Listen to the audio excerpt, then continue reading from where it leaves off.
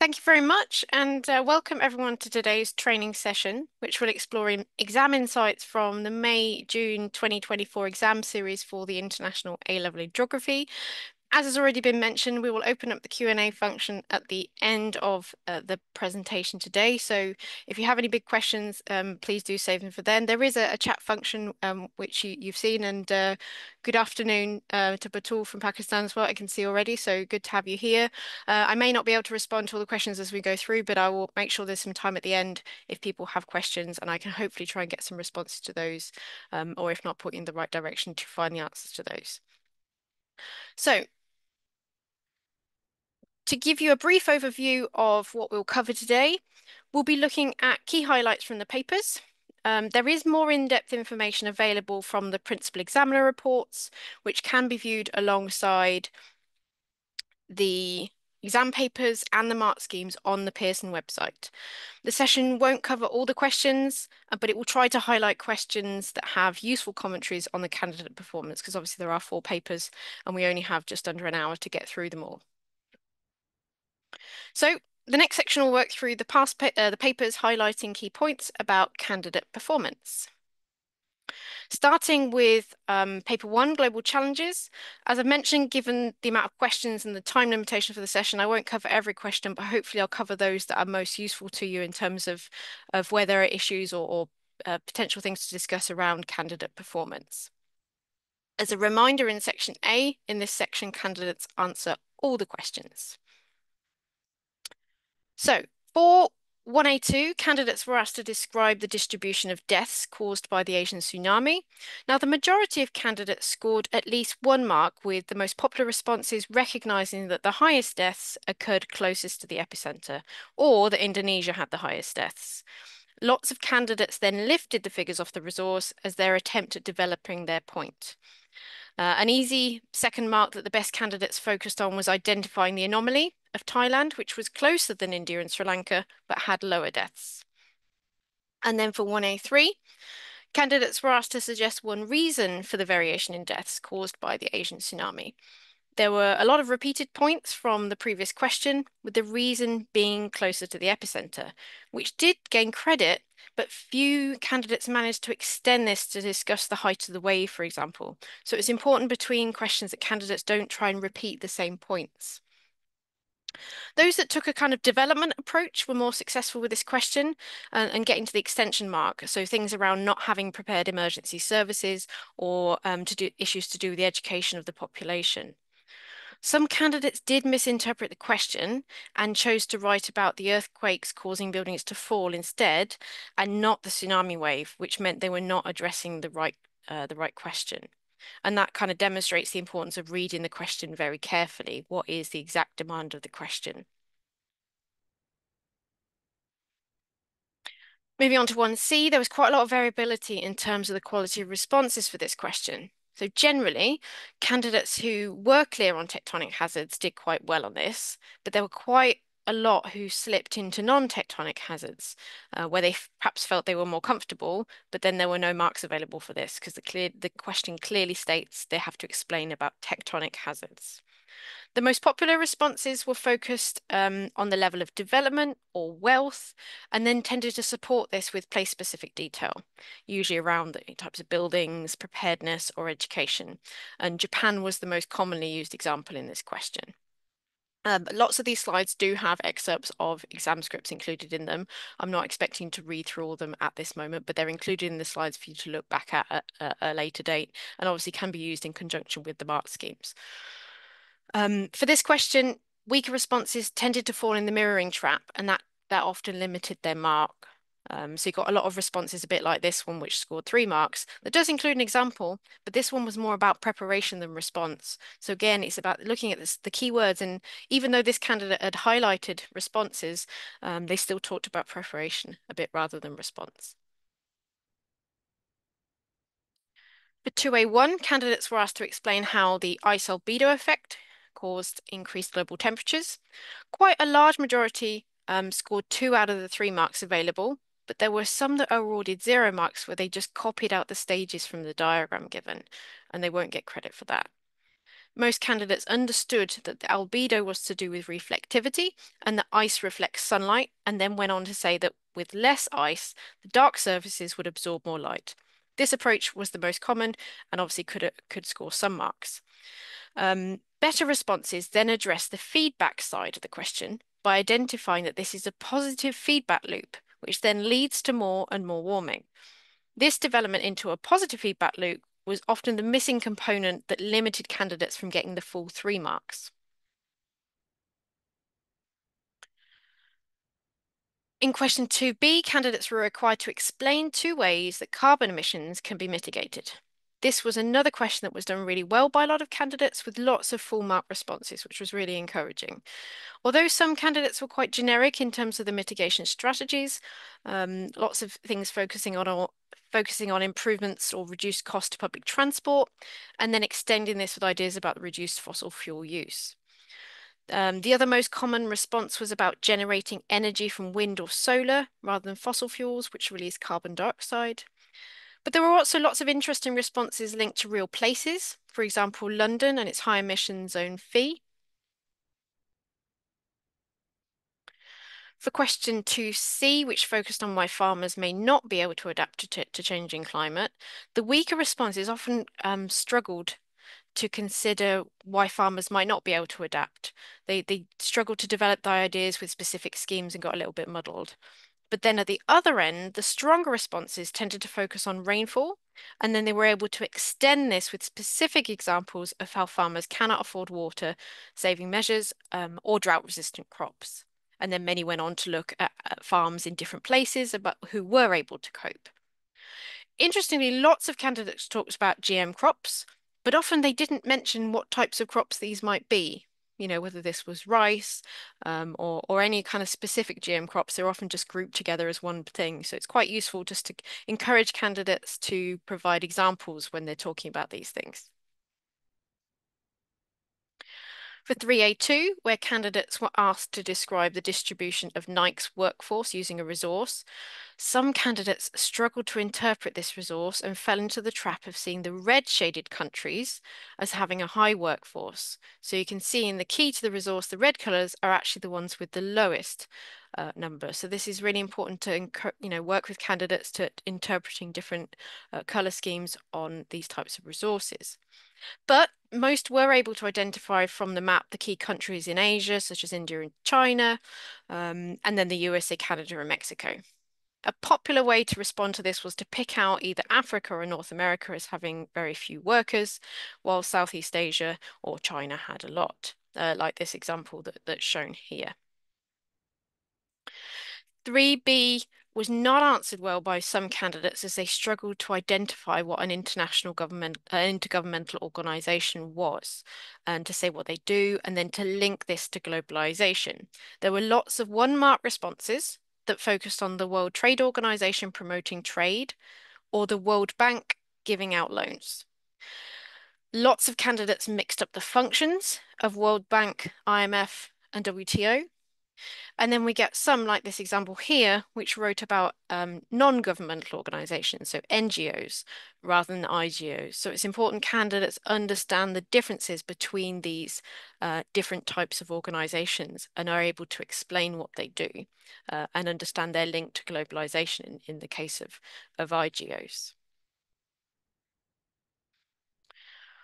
For 3C, candidates showed mixed performance with this question, focusing on the problems created as a result of economic restructuring. Now, some candidates were thrown by the focus on developed countries, and therefore quite a few of them focused on air pollution increasing in China due to outsourcing of industry, which did not really have the right focus. But there were lots of strong performances from candidates that did understand economic restructuring and understood that this was linked to deindustrialization.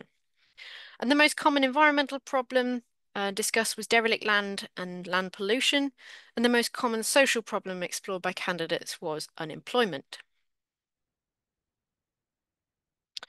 For 4A2, candidates were asked to suggest 2 reasons why some countries receive a high number of refugees seeking asylum. Now, a significant number of candidates wrote about the reasons people had to flee their homes rather than where they were going to. a bit like the example here. Candidates that were switched on to current events wrote about Germany's more open and welcoming approach to migrants, and quite a few went on to develop this point by saying why this was and what it meant. But actually, there were quite a lot of sort of very vague responses about neighbouring countries as a reason why they have high number of refugees, rather than kind of explaining this idea any further.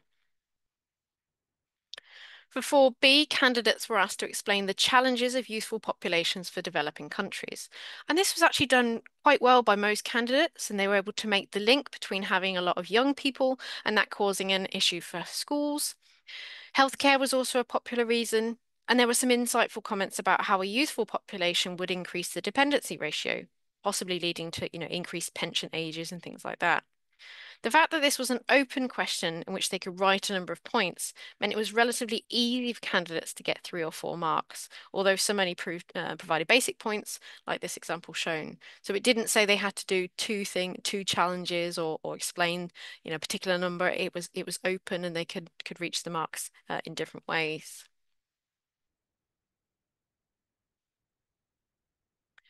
For 4C, candidates were asked to explain how globalization has increased migration both within and between countries, and there are a wide range of responses, with the majority of candidates having, a greater clarity of understanding on how globalization led to migration between countries. The weaker answers tended to be more descriptive about jobs in cities, pulling people in from the countryside, sort of, generic discussions of rural to urban migration. But the strongest responses recognize particular places, for example, London as a global hub, and then link this to job opportunities with some specific examples of tertiary or quaternary jobs, or a mention of higher education institutions. So using specific areas to try and to demonstrate their understanding of these concepts. Moving on to section B, as in the previous series, the world at risk questions, question 5, were the most popular, with around 62% of candidates completing these questions, with around 38% on the going global question 6. So for 5A, candidates were required to suggest reasons why disaster risk varies between the countries shown in figure 5. The weaker responses struggled to interpret this resource.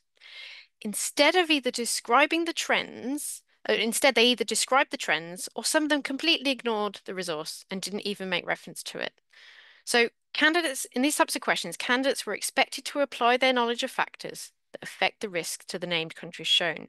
They are not expected to have studied these specific countries shown in the resource, and that's why the command word suggest is used. It's looking for their application of their knowledge and understanding. So the stronger responses realized there was the link this question had to the disaster risk equation. And then they used this to structure their response through a country by country approach, which was quite effective.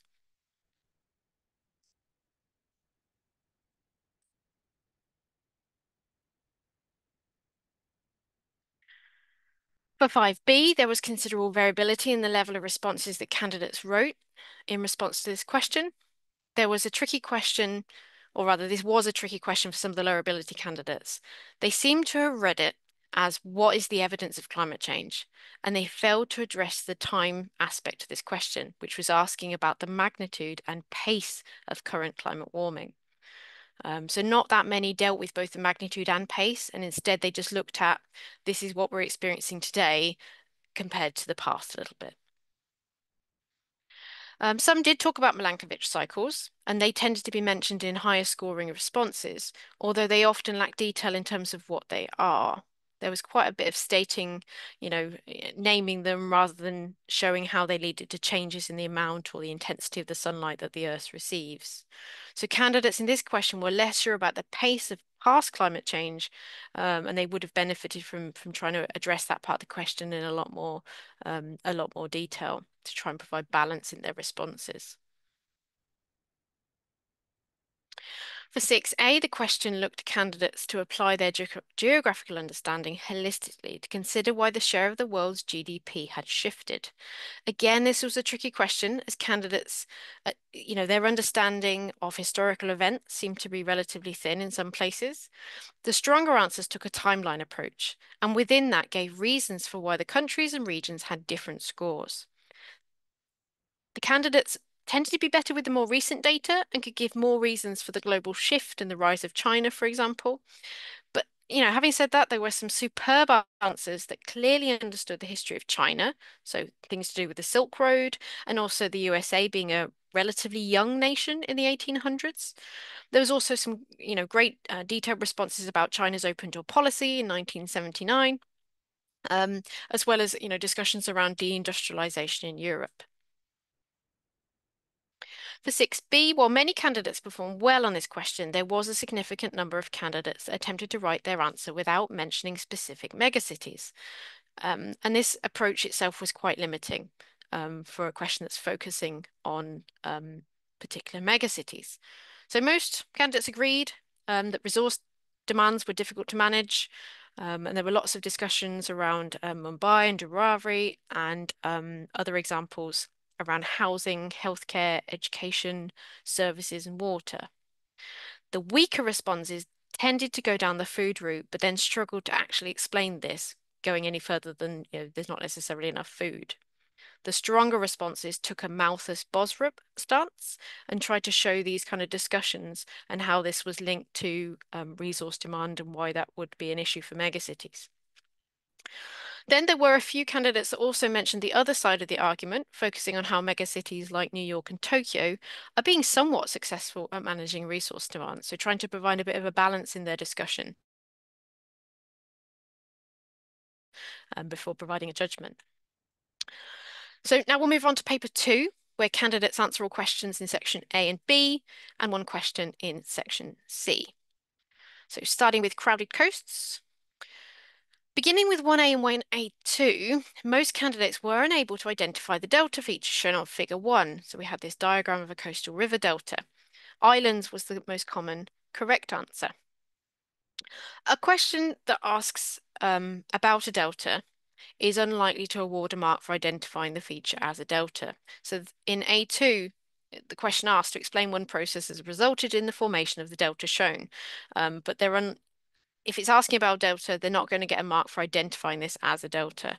And then quite a lot of candidates display misconceptions because they discuss marine erosion, weathering, and coastal transportation processes. They didn't really have the right kind of detail around depositional processes.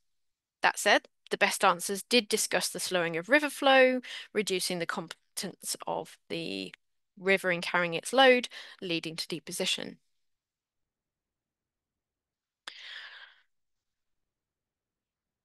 Moving on to 1B, it's important to remember that these 8-mark essays are designed to be broad and allow for candidates to examine the themes and bring their own interpretations. I can see there's a question coming about advice on appropriate structure for essay style questions, and I'll try and address that at the end. So I've noted the question, thank you. To reach the level 3, some discussion of which outweighed the other or the relative importance of the factors would really been considered useful.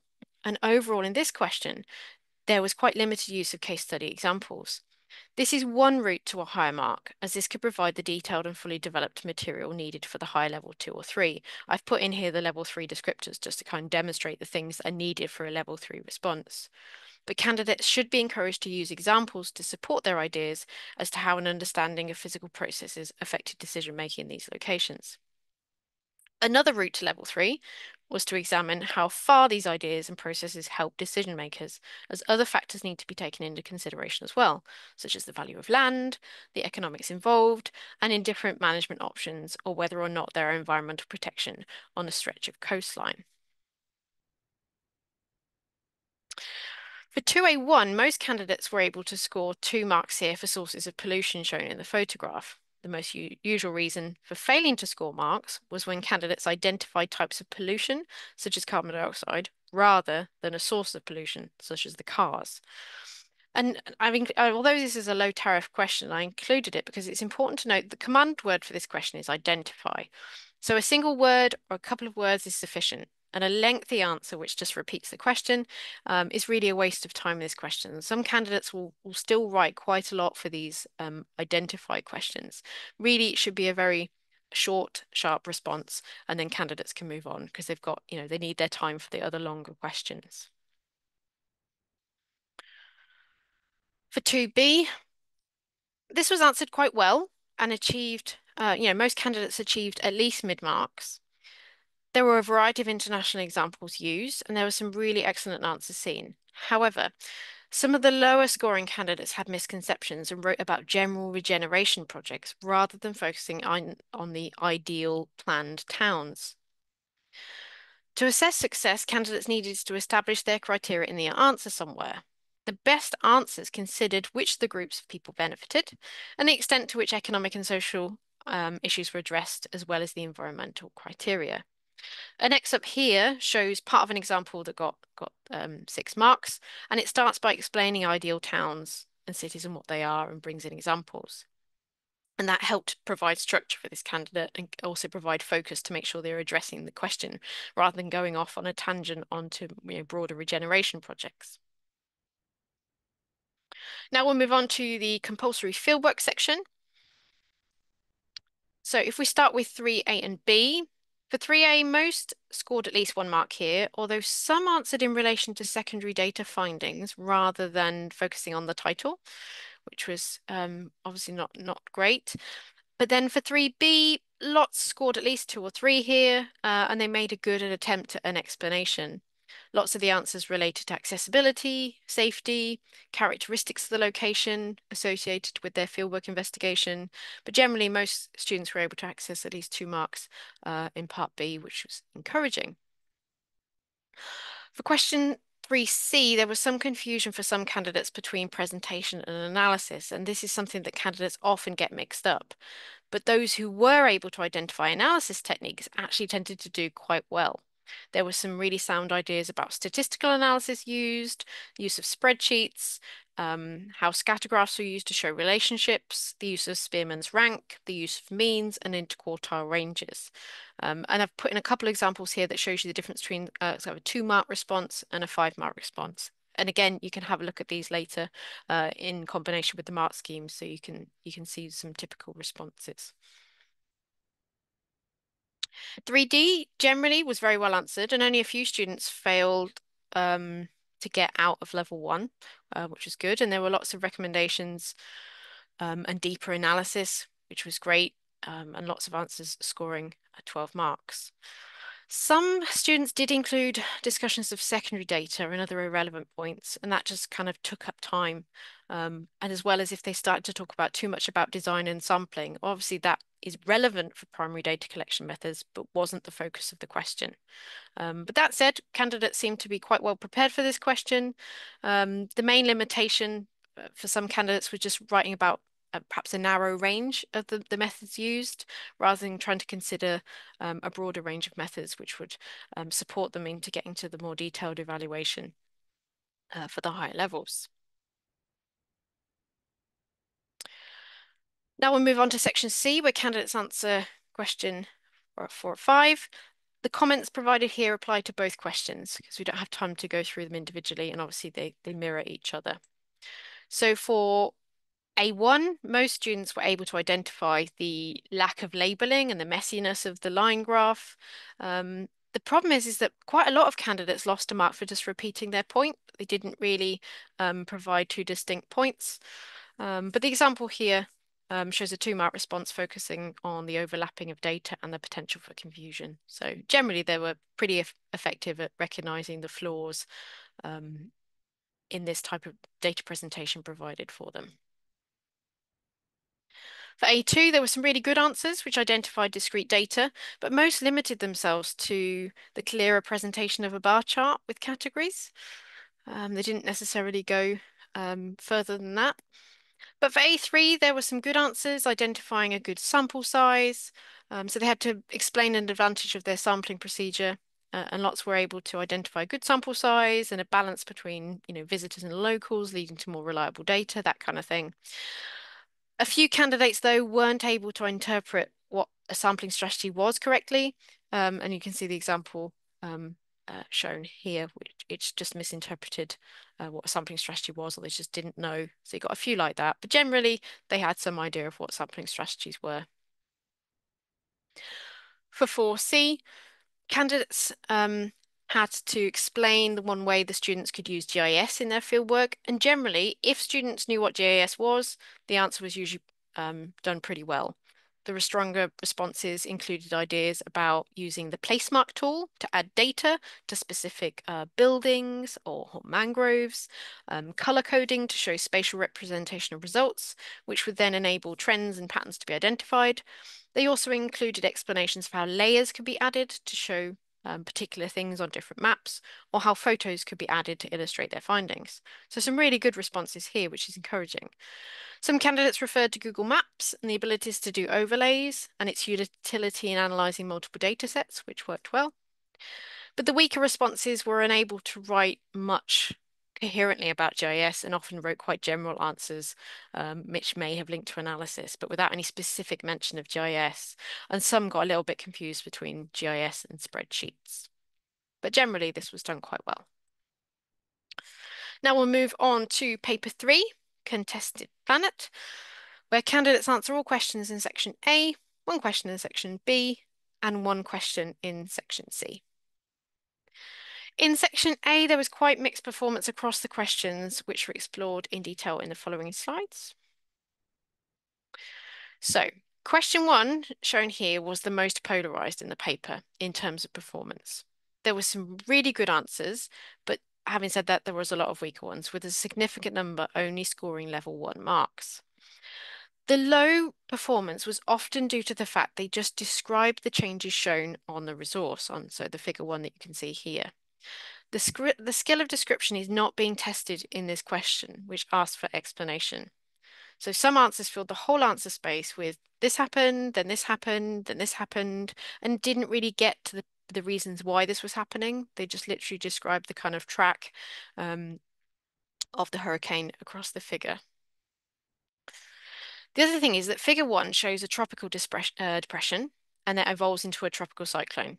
It doesn't show a mid-latitude frontal depression, and those form through different processes. And occasionally candidates would get a little bit confused about what was being shown. There were also answers that explain the impacts of tropical cyclones on people, and again, that isn't answering the question. They're asked about the changes in the track and intensity of the hurricane, not about what the impacts of those things were. That said, there were some really sound answers on why the intensity changes, and fewer that explained the change of track over time, which meant some of the answers were a little bit unbalanced. And then there were a very small minority of candidates who seemed to think that figure 1 showed lots of different individual storms and hurricanes and not the track of one named storm. So it's important to ensure that candidates are able to interpret these types of maps of particular weather events and understand that it's showing movement of things over time, not necessarily different events. For 2A, answers were stronger than answers to question 1, but still relatively weak compared to the rest of the paper. There are often long descriptions of what can be seen on figure 1. Again, the skill being tested here is the interpretation of geographical data and the explanation of this, so not the skills. So those that just talked about, the particular distribution of the tropical grassland and things like that, that isn't what this question was looking for. They wanted to look at the factors that were affecting what was happening here. There was also in this question a bit of confusion over biomes compared to biodiversity. They're not the same things. So there are some definitions. So biomes and biodiversity, they're two particular definitions that some candidates may benefit from just revisiting and making sure they understand the difference between the two. For 2B, the majority of answers showed understanding of biodiversity and could differentiate between the global and the local scale management, which was encouraging. There was sometimes a lack of clarity about the global versus local, but they usually made an attempt to identify strategies at different scales at some point in the response.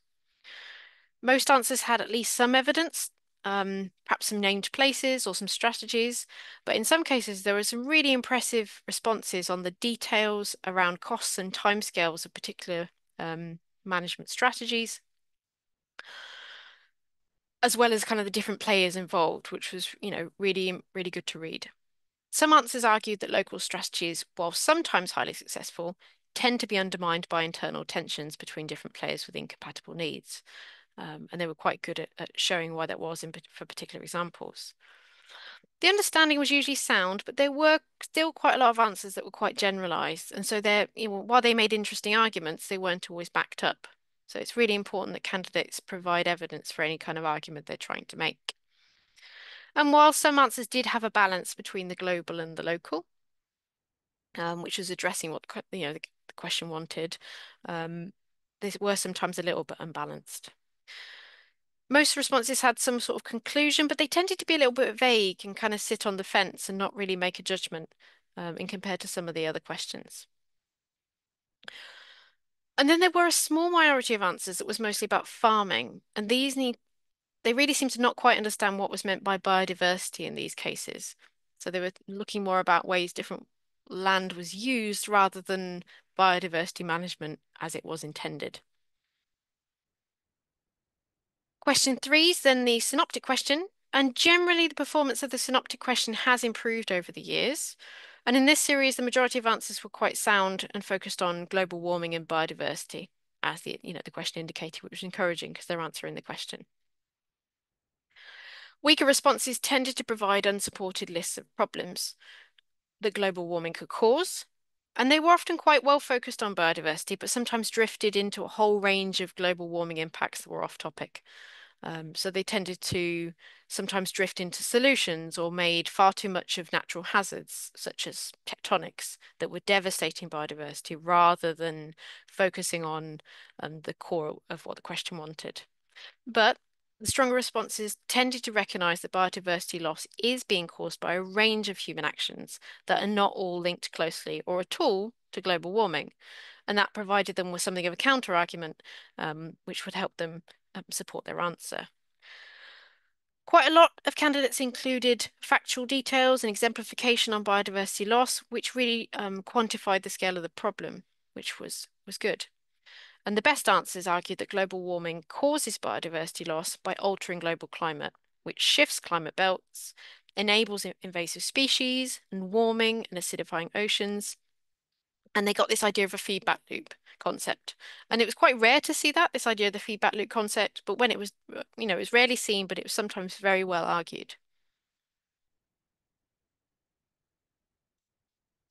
Moving on to section B, around 40% of the answers were to the water conflict question, so question 5, and around 60 to question 4, energy security.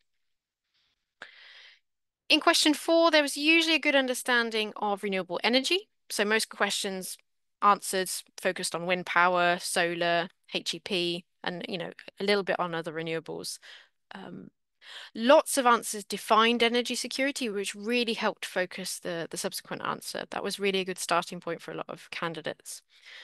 The strongest answers often had a wide range of arguments, and some of these were interesting. So arguing that countries that relied on importing renewable energy technology is perhaps not that different from relying on imported oil or gas in the first place.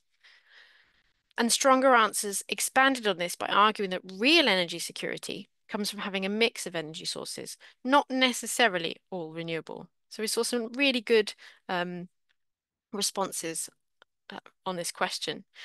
There were some candidates that made arguments around some of the major fossil fuel exporters, so maybe like Canada, Saudi Arabia, that could be devastated by a switch to renewables because of the loss of markets. And in reality, this is unlikely, certainly in the near future, because the transition to renewables will be gradual, as most of the transport relies on oil even today. So it's important that candidates, when they make kind of broad statements and claims, that they think about whether they're realistic, or at least can provide some exemplification for why that might take place. But generally, pretty good responses to this question.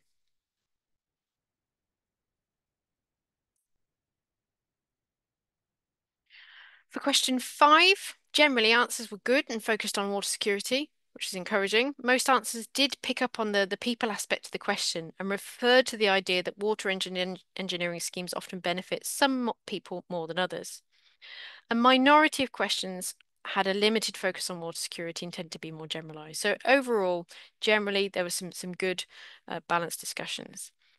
Only on occasion, some candidates were really answering a different question. So about transboundary water supplies leading to conflicts, But these often tended to be quite weak because they weren't really answering the question that has been provided. One thing that does tend to happen with this topic is that candidates often tend to move into like a case study overload, and they try to use all the case studies they think are relevant and use all parts of these case studies. But this lack of selectivity can lead to quite a descriptive answer. They just basically tell the story of the different cases rather than applying the relevant parts of case studies to the question. And related to this, some answers had far too much detail on the HEP generated by dams. So the question was about water security, not energy security. So again, it's important to focus on the key demands of the question and understand which case studies are relevant for it. Some of the stronger answers had some good arguments relating to the funding of dams and the idea of debt dependency. Some also contrasted the water security brought by low-tech or water conservation schemes with the situation resulting from major engineering schemes, so trying to provide sort of different parts of their argument. And only a few answers had sort of no real place-specific support, which was really encouraging. In section C, around 65% of answers were for question 6, the superpowers, and around 35% were for question 7, which is the development gap. And obviously candidates get to choose one of these questions.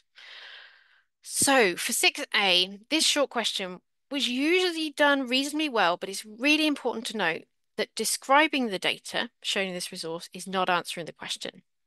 Explaining the differences in the data in this resource is also not answering the question. The question is about whether the data in the figure is useful. And there was some confusion about this from candidates, and there was also confusion about what the data could or could not show. For example, in this one, the data on total population doesn't indicate anything about age structure or population growth rates. So it's important that candidates understand, the usefulness of particular types of data. That said, many answers did explain that the data set here was quite narrow, and so it missed out some of the key metrics of power, so in terms of its usefulness. Here you can see an excerpt of the mark scheme, which shows some of the ways that marks could have been awarded for this question. You can see how these could be developed, and this has been included so you can have a look back at this later, because I'm conscious of the time. Also, question 6B was answered quite successfully. There was a common tendency to quickly move away from the change in power over time part of the question. It was essential to try and focus on this temporal idea and construct an argument about the importance of the two types of power over time, and many answers didn't do this. They just focused on hard versus soft power. Most were clear on the meaning of hard versus soft power, which is good, but a few were not. And then some candidates, they kind of changed their position during their answer what hard and soft power meant. So it's important that candidates are really clear on what these two things mean. And as I mentioned, a lot of answers tended to drift away from the change over time part of the question and often ended up answering a different question about whether hard or soft power was the best way to maintain power. Again, slightly different from what the question was. But there were some really good links to globalization as an enabler of soft power in the 21st century. And so some candidates clearly, kept their focus and were able to answer this question effectively. 7A was similar to 6A in that it was done quite well, but I wanted to reiterate this point about describing the data in the figure is not what the question is asking for. It's about whether the data is useful. So the strongest response to this one tended to make points about how the data could indicate healthcare in the two countries, for example. So healthcare in the country, for example, or whether basic needs were being met. They also tended to recognize that the data was only from one time period, so you can't really look at it in terms of indicating any progress. And still on 7A, there's an example included here for you of a 3-mark response and how points could be approached showing the mark scheme. And again, you can have a look at this later if you want to look at this point a little bit more. In question 7B, answers were a little bit polarized. They were either good or weak. The key issue was whether candidates were familiar with the two theories or not. Some candidates clearly weren't very clear on this, and so they started to talk about things like Human Development Index or Sustainable Development Goals as being part of these theories, but they're more about measurements of development rather than theories around the development in this sense for this question. In general, coverage of dependency theory was a little bit stronger than modernization theory, but there's clearly some work here for candidates to really try and understand this a bit more clearly and understand how they can be used to explain the development gap. So for this question, a few kind of summary points that I want to try and reiterate. There are no points for describing the figures in the, where there's questions about explanation. It's the reasons and explanations that are shown on the figure is where candidates are going to get the marks. When they're using case studies and the longer answers, it's really important they're selective. The examiner doesn't need to know everything there is to know about a particular place or a case study, and everything will not be relevant to a good answer. Try to avoid overwriting on the 5-mark questions, because this can take up a lot of the time. The answer space is provided, there should be more than enough space for them to be able to provide an effective response. Another point is about defining key terms. Sometimes that's a good way of starting an essay. It might seem a little bit boring, but it does often help candidates retain their focus on what they should be writing about. I've mentioned a few times about where candidates have gone off topic, whereas the ones that tended to start with a definition tended not to do that because they were focused on what they were writing about and how this was relevant. And then the last point for this one is, and this, was relevant for all of the papers, but it's about using evidence in the forms of examples, case studies, data, particularly in the longer questions, but making sure that these are really relevant and demonstrate their application of understanding rather than just being something relevant to the topic. So I'm conscious of the time. I've just got some points about paper 4, researching geography. So this slide shows the questions for the paper. And before we move on to the different sections, there are a couple of points just to make about general performance. So firstly, the importance of presenting a report rather than an essay, as both the generic and specific mark schemes makes clear. There were lots of responses across all the options where they didn't have subheadings, there wasn't any structure, and therefore they're unable to achieve more than 1 or 2 marks in either the introduction or the quality of written communication sections of the mark scheme. So it's really important they think about how they're going to present their information in these reports. Then there's also the difficulty of teasing apart the research and analysis sections if there are no subheadings kind of guide what's being provided. And candidates should be reminded that this is a report-based examination, and that using the generic mark scheme is essential for centres.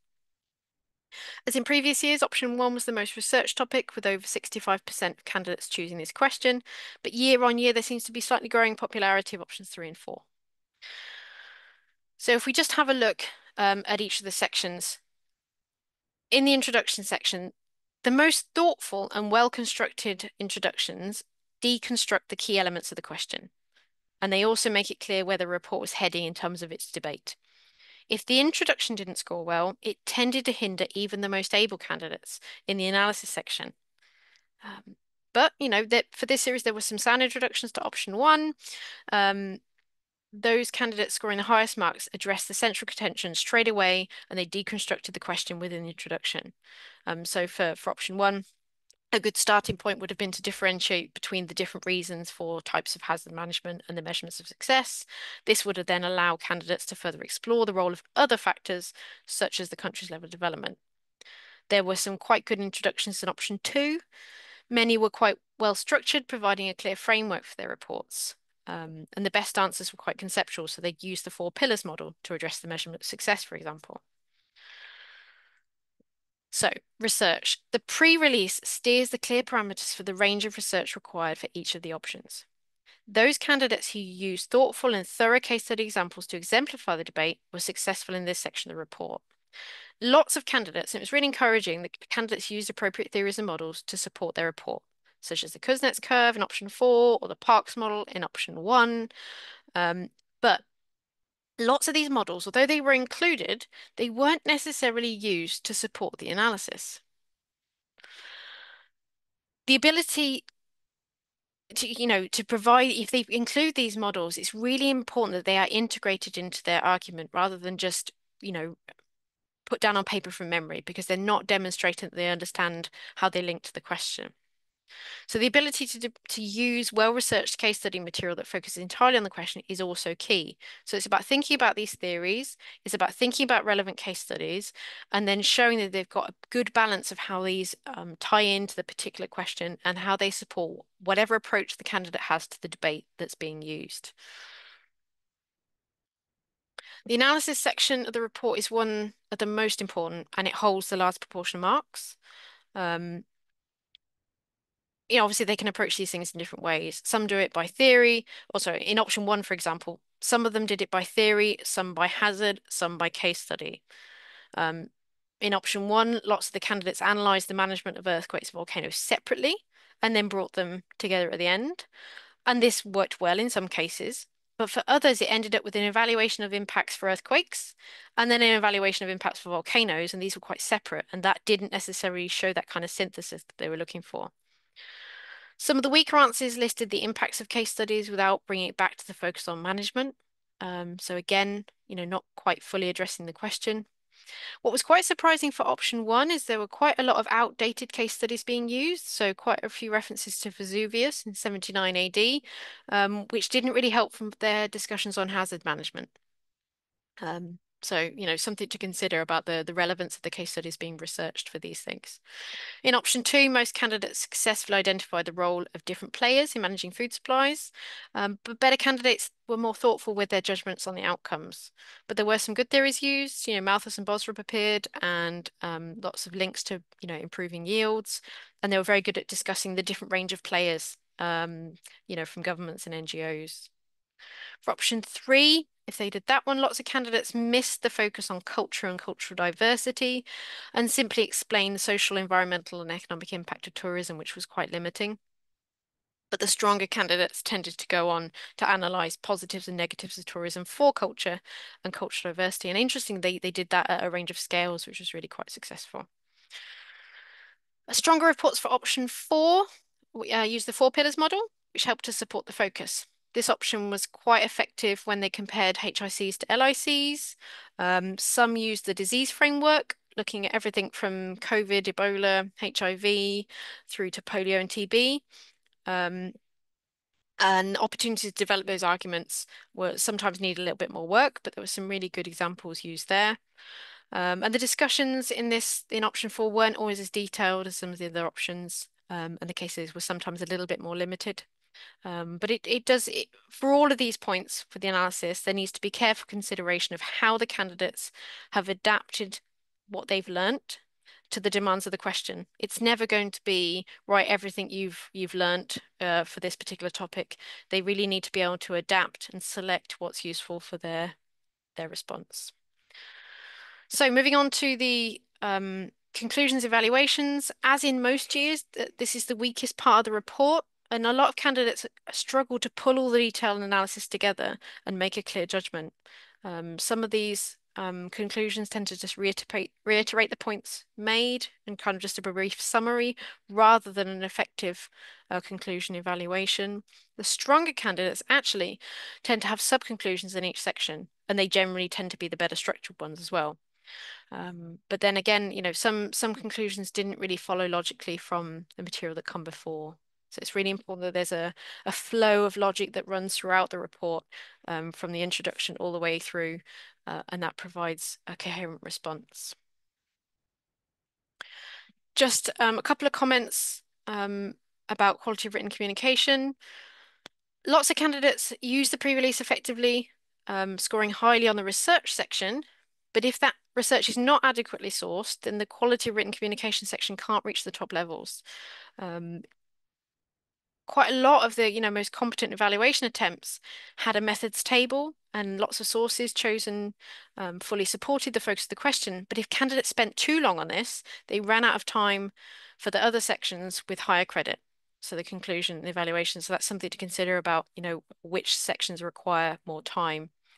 And for some, there were lots of chosen, really useful sources, included, but they weren't necessarily presented consistently.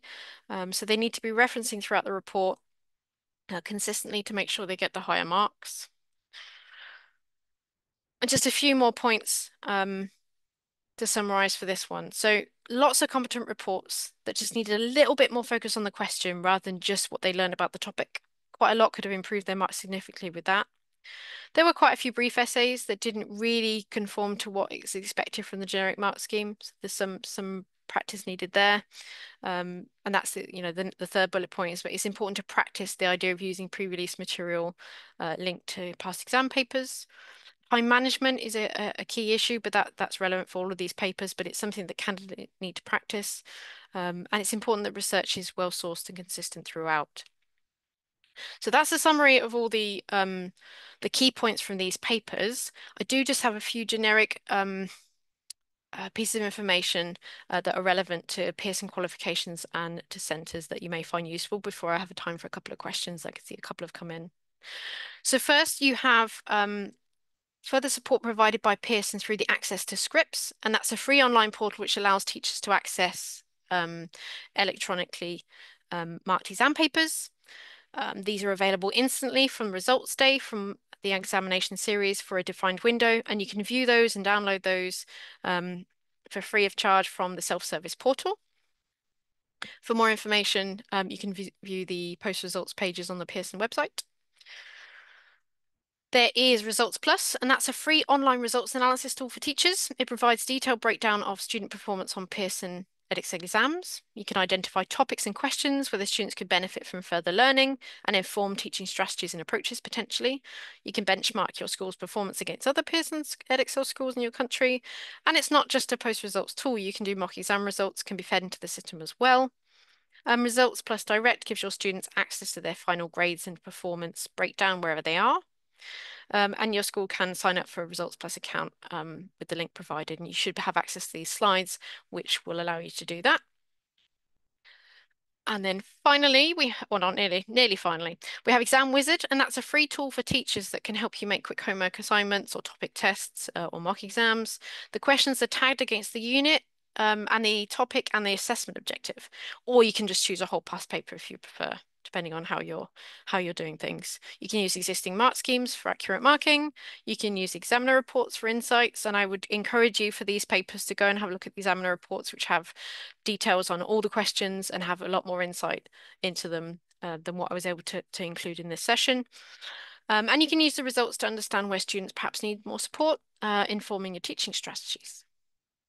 One other source of a resource you can use is the subject advisor, which for geography is John Walton.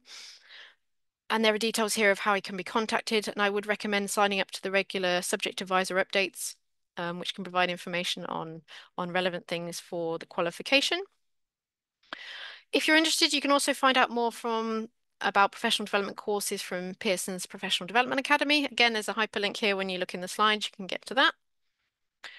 So we do have a few minutes for questions. I realise that that's been a whirlwind across the 4 papers, and I obviously haven't been able to cover everything, but hopefully it's given you a useful flavour of where sometimes where candidates struggled or perhaps where they did quite well, and hopefully that can be useful.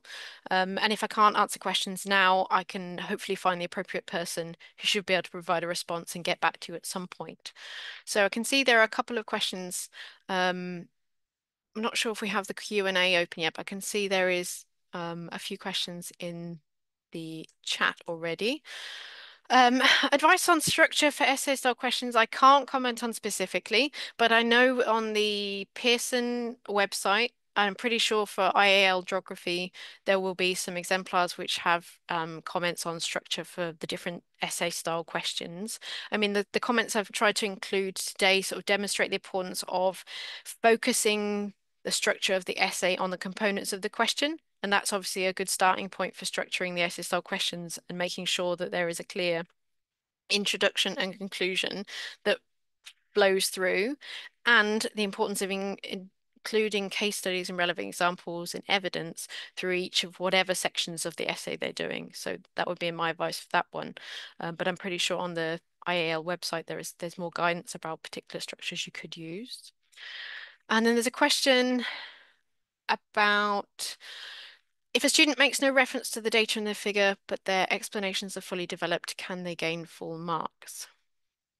So I'm guessing this was referring back to those ones where we had the tables of the data. They wouldn't get any, if they wouldn't get marks for just repeating data from the figure. If they did something with data, so they interpreted it and made it a calculation or something, or that kind of thing, that's where they get the credit for it in their response. But really, it's their explanations that are getting the marks here. It's their understanding of what's being shown. If they sort of work with the data somehow to support their explanation, they can do that. But it is their explanations, not just copying data that's getting the credit there. Hopefully that helps. Um, are there any further questions?